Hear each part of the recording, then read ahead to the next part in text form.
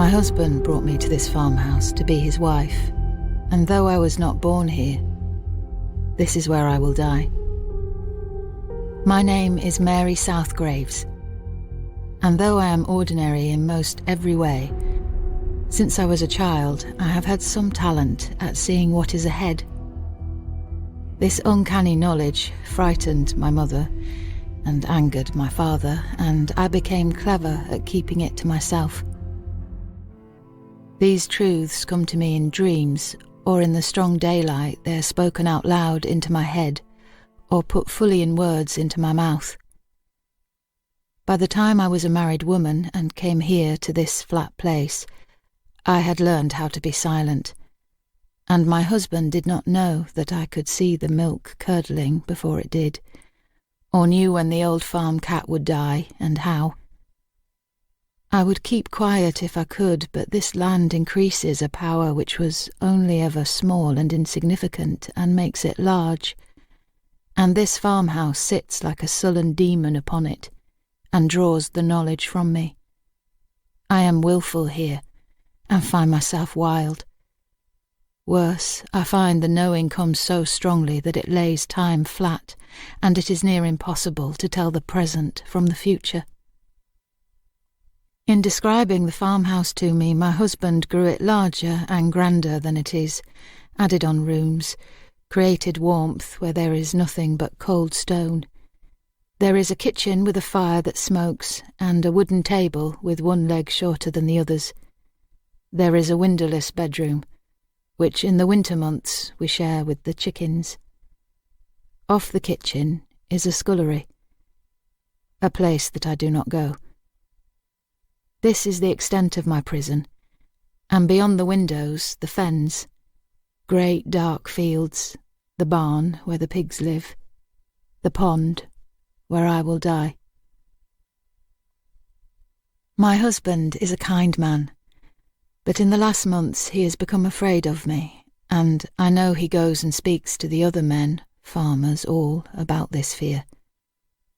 I cannot help telling him of what I see, of the small mistakes he will make that will lead to the desolation of this farm, of the sadness that will rule his life.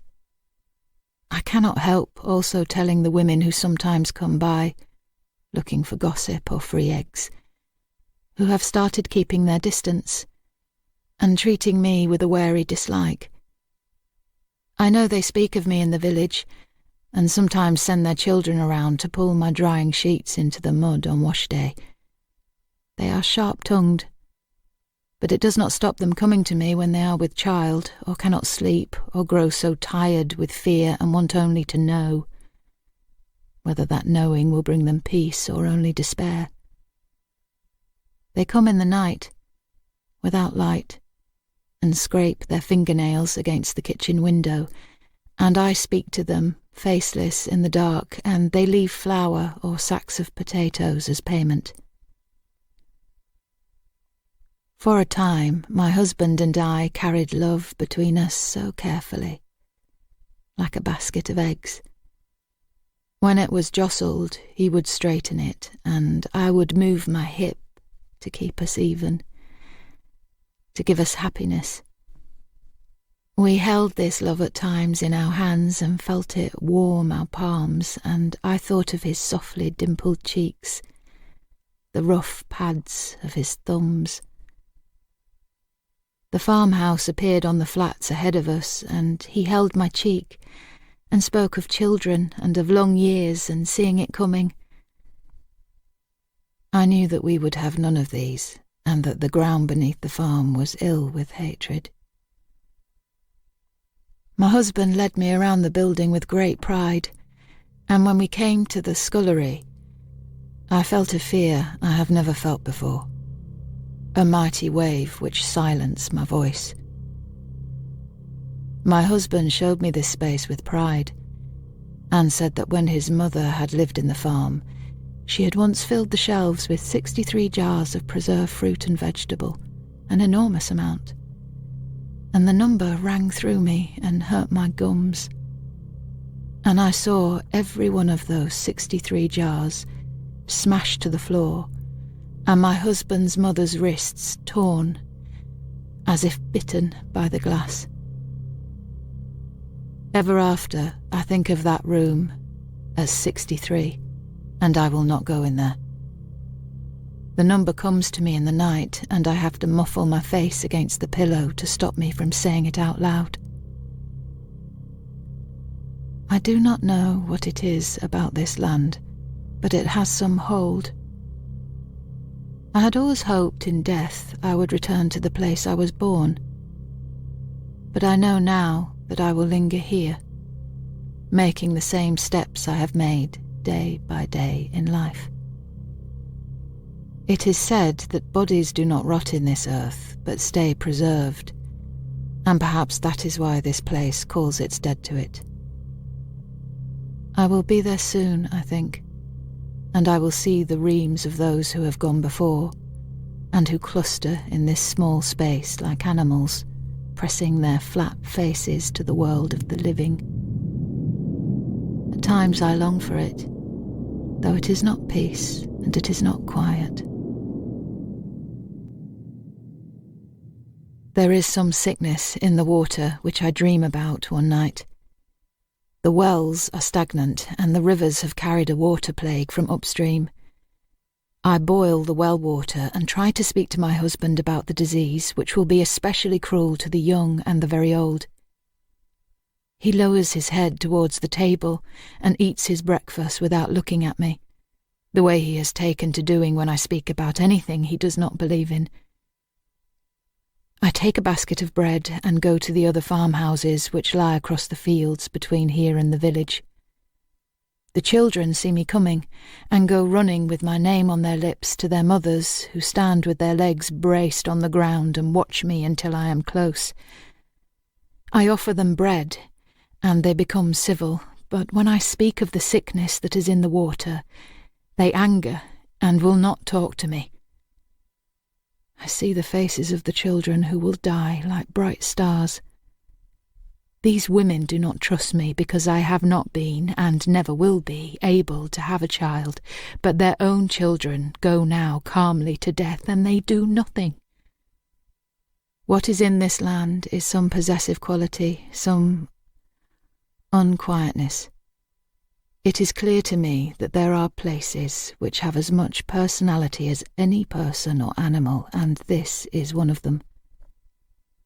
This land knows the way I know. This land can see everything. It can see us and what lies ahead. I am afraid here, and would like to leave. But that is not what happens. The first of the children falls sick, and the news is heard all over. The sickness is bad, and the child is dead by nightfall.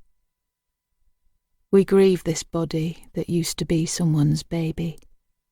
We put it in the ground where, in a month, it will rise swollen to the surface.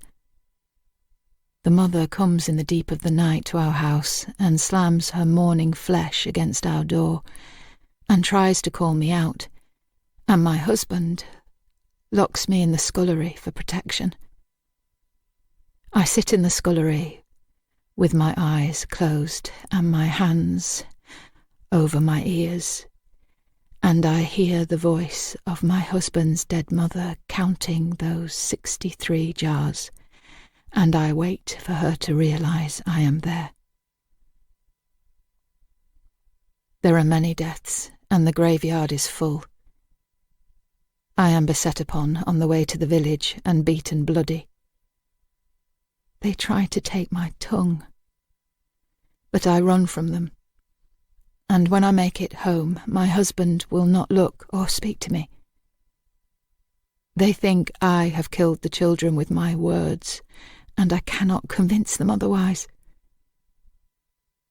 When I wake, I am in the scullery again, and there is the glint of glass in my hand which I have placed against my throat. There were 63 jars here, and this is the room of 63 fears, all clamouring, all so loud. It is this room I will come back to, and perhaps this room leads only into the ground. Bad floods and the bodies of the recently dead resurface. Our grief is enormous and overtakes us.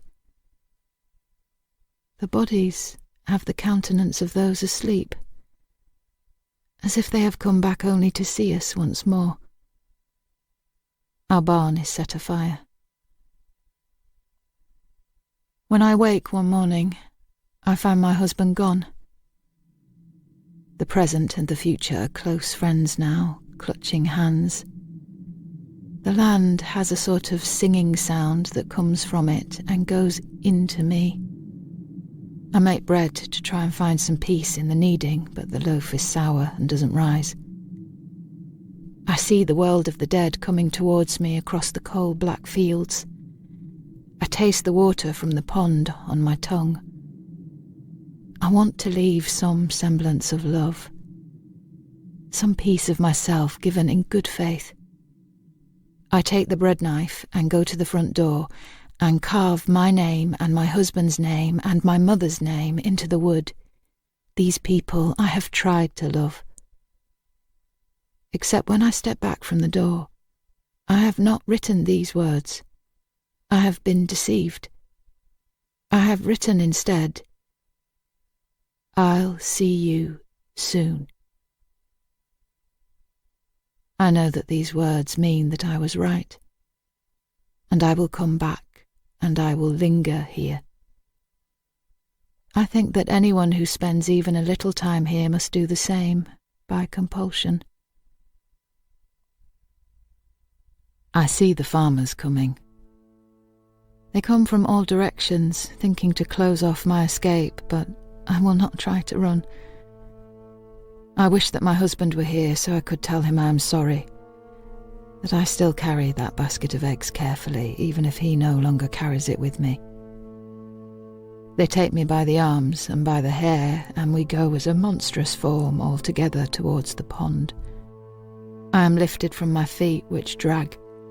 I am pulled forward. As we go, I catch something that might be a glimpse of a future beyond my own, a heady image, so far from me that it is shadowed. There is another building in the place where the farmhouse stood. A tall building with long chimneys and such watchful windows that they might as well be eyes. We are at the pond now, and the vision dissolves as I am thrust forward and into the water. There is mud in my mouth and covering my eyes. I cannot see my own hands. At the bottom of the pond there is a door, and I find myself in possession of a heavy bunch of keys to open it, and I slip from myself and go through the door and close it behind me.